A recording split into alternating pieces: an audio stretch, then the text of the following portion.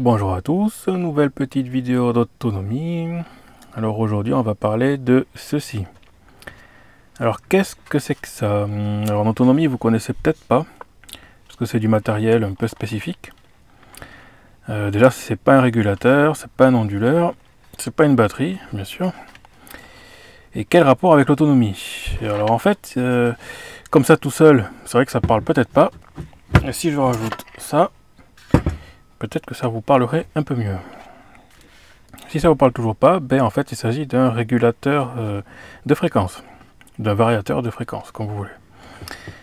Il permet de faire quoi? Ben de faire varier la fréquence. Voilà pour cette petite vidéo. Non, alors en fait, quel rapport avec l'autonomie? Ben, je vais y venir. Alors, le but de ce système, donc comme j'expliquais, c'est de faire varier la fréquence de moteurs asynchrones de ce genre-là. Donc ce moteur-là, quand on le branche, en principe, on a un condensateur permanent. Merci pour le rappel dans les commentaires. Donc c'est pas un condensateur de démarrage, c'est un condensateur permanent qui permet de générer la troisième phase. Alors je vais expliquer brièvement. Donc ça c'est le genre de moteur que vous trouvez sur les outils, sur donc des machines à outils, sur par exemple les pompes d'arrosage, et parce que forcément voilà, vous allez voir à quoi je veux en venir. Donc ce genre de moteur là, ils sont tous basés quasiment sur le même principe, c'est un moteur triphasé. C'est-à-dire qu'en fait il y a 3 enroulements et en fonction du câblage à l'entrée, le moteur sera soit couplé en triangle ou en étoile. Donc ça c'est en fait le mode de branchement des fils, des bobines qui sont dedans. Et là sur la plaque ici vous pouvez voir en fait pour le mettre en triangle il faut mettre les 3 barres en parallèle, donc dans ce sens là. Et en étoile, il faut, tel que c'est là, voilà. Alors qu'est-ce que ça change là? Ça change en fait la tension d'alimentation. Pour pouvoir alimenter donc ce moteur, en principe on est en 220. Et donc là, pour celui-là par exemple, il faudrait être couplé en triangle pour le faire fonctionner en 220. Si on veut le faire tourner avec du 400 volts, il faut le mettre en étoile. Donc c'est le petit symbole qui est juste devant. Alors cette caméra, elle a... Alors, je peux pas vous le montrer de trop près. En fait, mais c'est imprimé dessus. Donc 220 volts, 240 et 265 pour du triangle. Et quand on est en étoile, on monte à 400, 415 et 460. Voilà, donc ça c'est un moteur standard, hein, comme on peut trouver partout. Pour le moment, je vous fais la démonstration là-dessus pour que vous compreniez bien en fait le variateur de fréquence. Et ensuite, on verra sur le terrain ce que ça donne et pourquoi exactement je vais me servir de ça. Donc ce variateur de fréquence, en fait on va le brancher là-dessus et son but à lui en fait c'est de générer des fréquences en sortie qui sont à fréquence variable. Donc en fait en entrée on a soit une phase soit 3 phases entre 180 et 250 volts alternatifs en entrée, de 40 à 60 Hz la fréquence d'entrée quoi. Et en sortie, il est capable de sortir 3 phases en alternatif sous 15 ampères, donc de 0 à 400 Hz. Ça, c'est la fréquence de sortie. C'est-à-dire qu'en fait, il fait quoi? Il prend une phase, par exemple, il la convertit en 3 phases. Donc ça, c'est super intéressant comme système. Et voilà, vous allez comprendre au fur et à mesure de la vidéo, parce que là, c'est peut-être pas super clair. Mais voilà, je vais y venir. Donc, si ce système-là, ça se trouve assez facilement sur... vous cherchez eBay, hein, variateur de fréquence, vous en trouvez tout plein. Ça va de 50 € à 300, 500, bon après il y en a un peu à tous les prix. Donc celui-là je l'ai eu à 90 €. C'est un 2 kW, c'est-à-dire qu'il est capable d'alimenter des moteurs de 2200 watts. Voilà, donc dans la doc on peut voir qu'il y a plusieurs versions de ce système-là. Il y a une version 3 phases en entrée 220, 3 phases en sortie en 220. Une phase en entrée en 220, 3 phases en sortie. Dans tous les cas, il y a toujours 3 phases en sortie de toute façon. Après, une version en 3 phases en entrée en 380, 3 phases en sortie 380. Une version un peu plus intéressante ici qui a une phase 220 en entrée et qui sort 3 phases 380 en sortie. Donc ces modèles sont un peu plus élaborés puisqu'en plus de convertir une phase en 3 phases, il élève la tension à 380. Mais bon, qui dit plus évolué, dit plus d'électronique dedans, donc plus de risque de panne puisque en plus c'est des matos chinois pas très chers, donc je ne sais pas trop ce que ça vaut. Donc le but aussi justement de ces vidéos, c'est de faire un peu le point là-dessus. Moi le modèle que j'ai pris, c'est une entrée qui est soit de 1 à 3 phases, en fait on peut envoyer dedans, et il sort dans tous les cas de 3 phases à la même tension, donc en 220 volts. Donc ce genre de choses, ça permet de piloter des moteurs comme ça, de les faire varier en vitesse, soit avec les boutons qui sont devant, soit avec des petits contacts, des petites boucles sèches comme on a là. Donc en fait ce genre d'appareil il s'ouvre en appuyant là-dessus et en levant le bloc là. On a donc la partie puissance qui est ici. Donc ça c'est l'entrée secteur, et ils nous disent bien en fait, donc soit c'est les 3 phases, soit c'est en monophasé en branchant R et T. R et T, donc on n'utilise pas le S dans ce cas-là. La terre. Et ensuite on sort ici en 3 phases. C'est le but, on rentre en une phase, on sort en 3 phases et on pilote le moteur en fréquence variable. Voilà. Ensuite on a plein de petits contacts secs là, ce qui permet soit en fait de piloter, soit de régler en fait ce variateur par les petits boutons ici, de le piloter, de lancer ou de stopper ici, de modifier les paramètres, ou de faire la même chose ici par le bornier. Donc on programme en fait le bignou là pour choisir les modes, et puis si en fait on le fait fonctionner avec les boutons ou avec les entrées ici. Et donc ça permet de piloter ces entrées là, le variateur qui va piloter le moteur. Donc à quoi ça va servir concrètement? Ben, ça permet par exemple de monter progressivement en puissance, enfin en vitesse, et donc en puissance pour le moteur, pour le faire monter progressivement, ce qui va permettre de limiter les pics de courant, les pics, l'appel de courant en fait. Donc quand on branche le moteur directement sur secteur avec un condensateur permanent, le moteur va se lancer brusquement et ça va générer un gros pic de courant qui peut faire sauter le disjoncteur ou qui peut mettre les onduleurs en défaut quand il va démarrer. Les onduleurs quand on est en mode autonomie comme nous. Ce genre de système là va permettre justement de lisser le courant d'appel, de le limiter et donc de monter progressivement, ce qui va permettre de ne pas générer de pics de courant et de faire démarrer le système plus lentement. Voilà. Donc maintenant que j'ai à peu près expliqué comment ça se passait, on a donc une description du brochage, un petit plan de câblage aussi quelque part. Voilà, donc tout ce qui nous intéresse c'est le système en monophasé. Donc on rentre ici, hop, on a le moteur qui sort, et puis toutes sortes d'entrées ici, puis quelques sorties pour vérifier si on veut avoir un retour sur un microcontrôleur ou quoi, par exemple un Arduino au hasard, balancer ça sur le réseau, et puis pour qu'on puisse avoir une gestion à distance du système par exemple. Voilà, donc là dans cette vidéo là je vais faire le câblage et quelques réglages de ce variateur sur ce moteur là, et ensuite je l'amènerai sur le terrain pour que vous puissiez voir en fait concrètement le résultat final du système. Donc là je vais faire tourner ce moteur dans cette vidéo là, et ensuite on fera quelques essais. Donc pour le moment je viens tout juste de le recevoir, j'ai juste déballé là et je vais donc le câbler en fonction de la dock, régler les fréquences, par exemple la fréquence de sortie maximum à 50 Hz, et puis voilà, parce que le but c'est de faire fonctionner un moteur standard.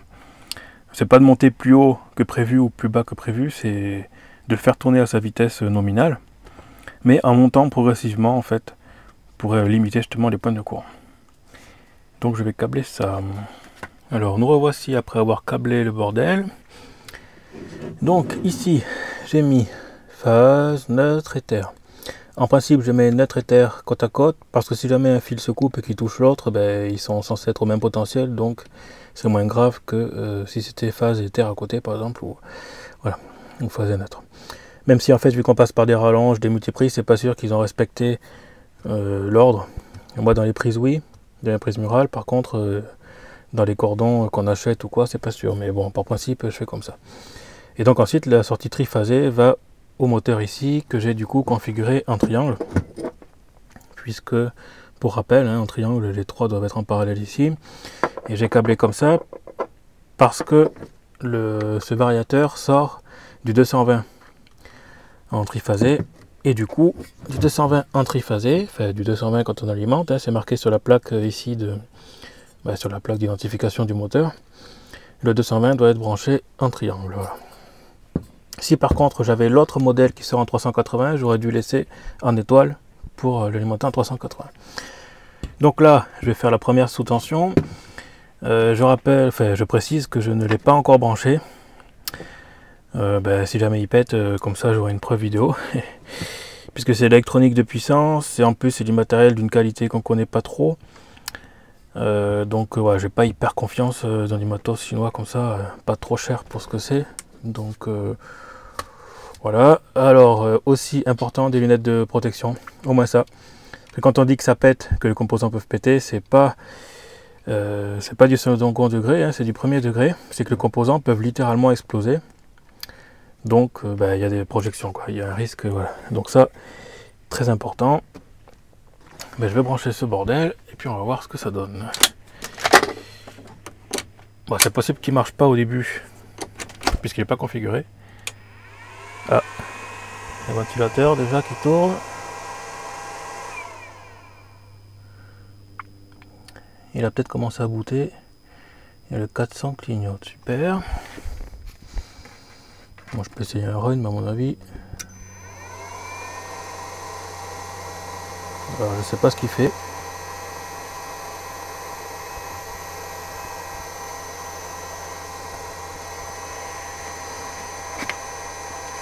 Bon. Déjà il n'a pas explosé, c'est pas mal. Maintenant il faut que je lise un peu pour voir comment on le configure. Puisque là, à part compter, il n'a pas fait grand chose. Donc je vais couper la vidéo sinon ça va faire trop long. Je le configure, ensuite je vous montre les paramètres que j'ai dû rentrer pour ça, quoi. Alors nous revoici après que j'ai joué un petit peu avec les paramètres. Donc en fait c'est simple, déjà il était configuré en 400 Hz par défaut quand on le reçoit. Et puis il y avait plusieurs paramètres qui étaient en prise en compte externe, et vu que je voulais jouer avec les boutons, du coup ça marchait pas. Alors je vais vous montrer la procédure pour le configurer comme ça dès qu'on le reçoit. Je vais faire une configuration depuis zéro pour que vous puissiez voir en fait comment régler le bousin. Donc on met sous tension, première chose. Donc là il boot, il fait un peu de bruit, c'est normal. Alors pour le régler, il faut aller, on appuie sur 7. Ici PN en fait c'est le menu dans lequel on est. Donc on augmente et par défaut on va le passer à 50 Hz. Donc là c'est le 32. Donc on a 32. On rappuie sur 7. Alors je sais pas si on voit bien sur l'écran. Ouais. Le bout c'est que vous voyez bien comment ça se passe. Bon après quand on ne touche pas pendant un certain temps il repasse en mode nominal on va dire. Donc là j'ai déjà programmé pour fonctionner. Mais je vous remontre comment on fait. Donc on est dans le menu 32. On sélectionne. On va chercher le 6 parce que c'est l'initialisation pour un moteur à 50 Hz. Donc on rappuie sur 7. Maintenant il s'est configuré en mode 50 Hz. Alors si on regarde l'écran, il affiche 1223. Ça c'est la fréquence à laquelle il est réglé actuellement. Parce qu'en fait quand on l'initialise à 50 Hz, il passe en mode externe. Donc si j'allume, là déjà l'interrupteur ne fonctionne pas. Parce qu'il est en mode, la fréquence est passée en mode externe. Par contre l'allumage du moteur est en mode interne. Donc si on appuie là, il lance progressivement le moteur. Et il se cale à la fréquence qui est réglée en fait. Donc je reparle une fois que le ventilateur est coupé. Donc là en fait quand j'appuyais, le contrôle était sur la façade. Par contre le réglage de fréquence était sur le potentiomètre externe qui doit être par là. Qui n'est pas branché du coup, donc il met une fréquence bâtarde en fait qui correspond à rien. Donc pour régler la fréquence par le petit écran ici, il faut déjà sélectionner la source ici PN03. Parce que ça c'est le paramètre qui permet de choisir soit on met un potentiomètre, soit on met en externe, soit on met un bouton, potentiomètre externe, mais il y a plusieurs sources aussi qu'on peut avoir. Du coup les deux peuvent être en conflit. Donc je repasse en 7, PN c'est le 3, on appuie sur 7, là on est en 1 donc potentiomètre. Du coup on passe en 2, ça va passer en panel, c'est-à-dire configuration qu'on règle ici. Pour le paramètre de fréquence max, c'est le 10. Donc on va en 10, ici on voit qu'on est réglé à 50, donc 50 c'est bon, puisque par défaut, quand on charge dans le paramètre 32 comme j'ai fait tout à l'heure, il charge le paramètre pour un moteur à 50 Hz. Du coup il a chargé 50 Hz. Maintenant si on démarre ici,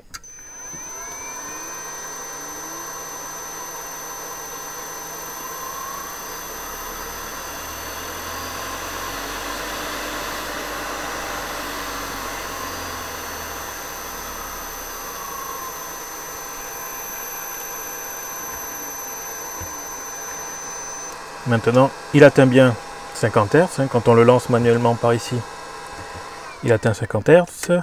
Par contre le bouton il fait toujours rien.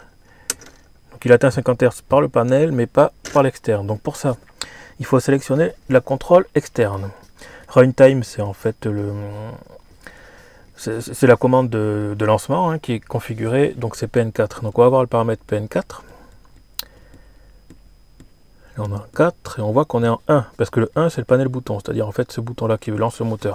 Du coup on se met en 2, external signal.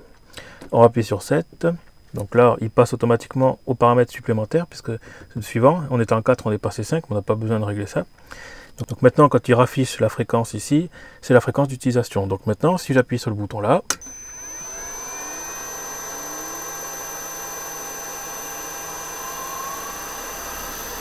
on peut aussi couper. On peut couper. Donc ça c'est la fréquence actuelle. On peut rallumer pendant qu'il coupe. Donc il relance le moteur. On voit peut-être pas bien le bouton. On va recouper. On peut redémarrer s'il y a besoin. Et recouper le moteur. Donc là c'est pas mal, sauf qu'il met beaucoup de temps en fait. Il met beaucoup de temps pour monter et pour descendre. Donc pour ça c'est un autre paramètre qu'on peut régler. En fait ce qui est pas mal avec ce truc c'est qu'on peut régler en fait tout plein de choses quoi. Donc on peut régler la fréquence max, décélération c'est le paramètre 9, donc l'accélération c'est le paramètre 8. Donc on va ici on va chercher le 8, parce que là il est réglé par défaut à 10 secondes. Donc on peut bouger les curseurs avec les flèches hein, au bas gauche droite. Donc on va mettre un peu plus bas quand même. Voilà. 5 secondes pour démarrer. Il faut attendre ensuite qu'il affiche 50 Hz parce que ça veut dire qu'il est sorti du menu de configuration. Et on rallume.